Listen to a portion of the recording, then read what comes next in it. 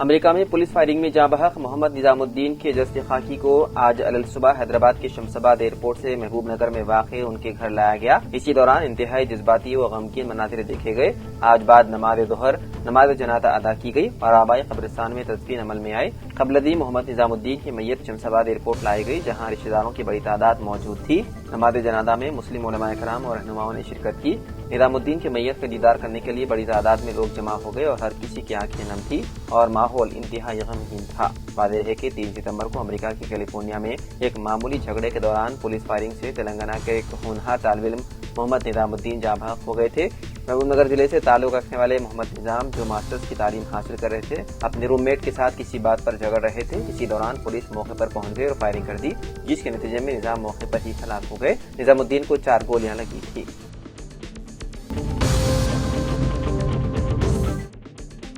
ریاست تلنگانہ کے جگتیال ضلع میں ایک دل دہلانے والا واقعہ پیش آیا۔ سارنگاپور منڈل کے ریچ پلی گاؤں میں 32 سالہ ستیش نامی نوجوان کو بے رحمی سے قتل کر دیا گیا۔ گاؤں والوں کے مطابق ستیش اسی گاؤں کی ایک لڑکی کو کچھ عرصے سے محبت کے نام پر ہراساں کر رہا تھا۔ بتایا جا رہا ہے کہ اسی دوران لڑکی کے کچھ تصاویر کو اس نے گاؤں کے واٹس ایپ گروپ میں پھیلایا۔ اس واقعے سے شدید غصے میں آئے لڑکی کے رشتہ داروں نے ہفتے کی رات ستیش پر لاٹھیوں سے حملہ کر کے اس کا قتل کر دیا۔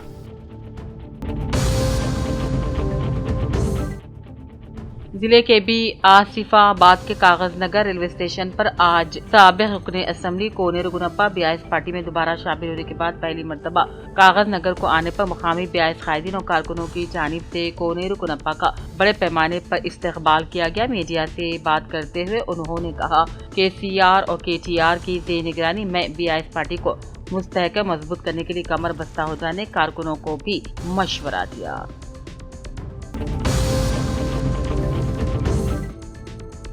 ضلع کے بی آصف آباد کے کاغذ نگر کے احمد رضا کالونی مسجد عمر فاروق میں ہر سال کی طرح اس سال بھی 8واں جلسہ رسول اعظم و غوث اعظم کانفرنس کا مقامی امام و خطیب مسجد عمر فاروق مولانا ڈاکٹر حسیب رضا قادری کی زیر نگرانی ایک روزہ جلسہ منعقد کیا گیا۔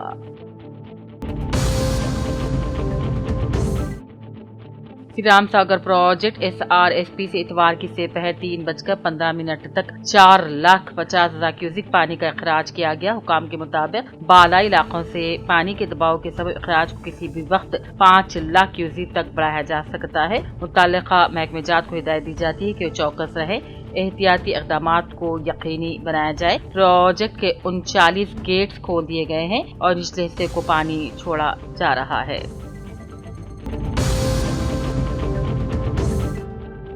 سی آئی ٹی ضلع دفتر منعقدہ اجلاس میں اس بات کا مطالبہ کیا کہ کام کے مقامات پر خواتین مزدوروں کو بنیادی سہولتیں فراہم کی جائے اور برابر کام کا برابر معاوضہ دیا جائے۔ سی آئی ٹی یو رہنما رمیش بابو نور جہاں بیگم نے مرکزی اور ریاستی حکومت پر زور دیا کہ دشمن پالیسیوں کا الزام لگاتے ہوئے کہا کہ نئے لیبر قوانین سے خواتین کے میٹرنیٹی فوائد اور دیگر حقوق خطرے میں پڑ گئے ہیں۔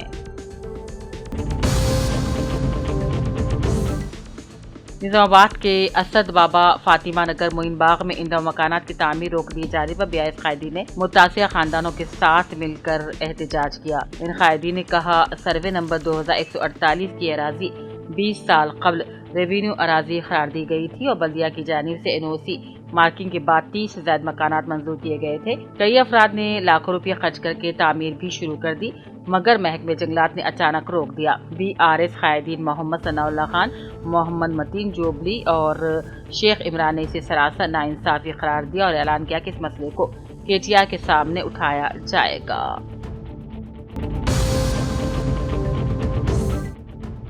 خطیب و امام جامع مسجد رائس پیٹ بودھن مفتی شیخ جابر اشاعتی نے اعلان کیا کہ آل انڈیا مسلم فیصلہ بورڈ کی جانب سے جاری کردہ صحافتی بیان کے مطابق آئندہ جمعہ یعنی کہ 3 اکتوبر 2025 کو وقف ترمیم بل 2025 کے خلاف مسلمانان ہند صبح 8 بجے تا دوپہر 2 بجے تک سوائے ضروری خدمات کے بطور احتجاج اپنے کام کاج اور کاروبار کو بند رکھے۔ انہوں نے مسلم فیصلہ بورڈ کی جانب سے کی گئی اپیل پر شہریان بودھن کے مسلمانوں سے 100% اس احتجاجی بند میں حصہ لینے کی پرزور اپیل کی۔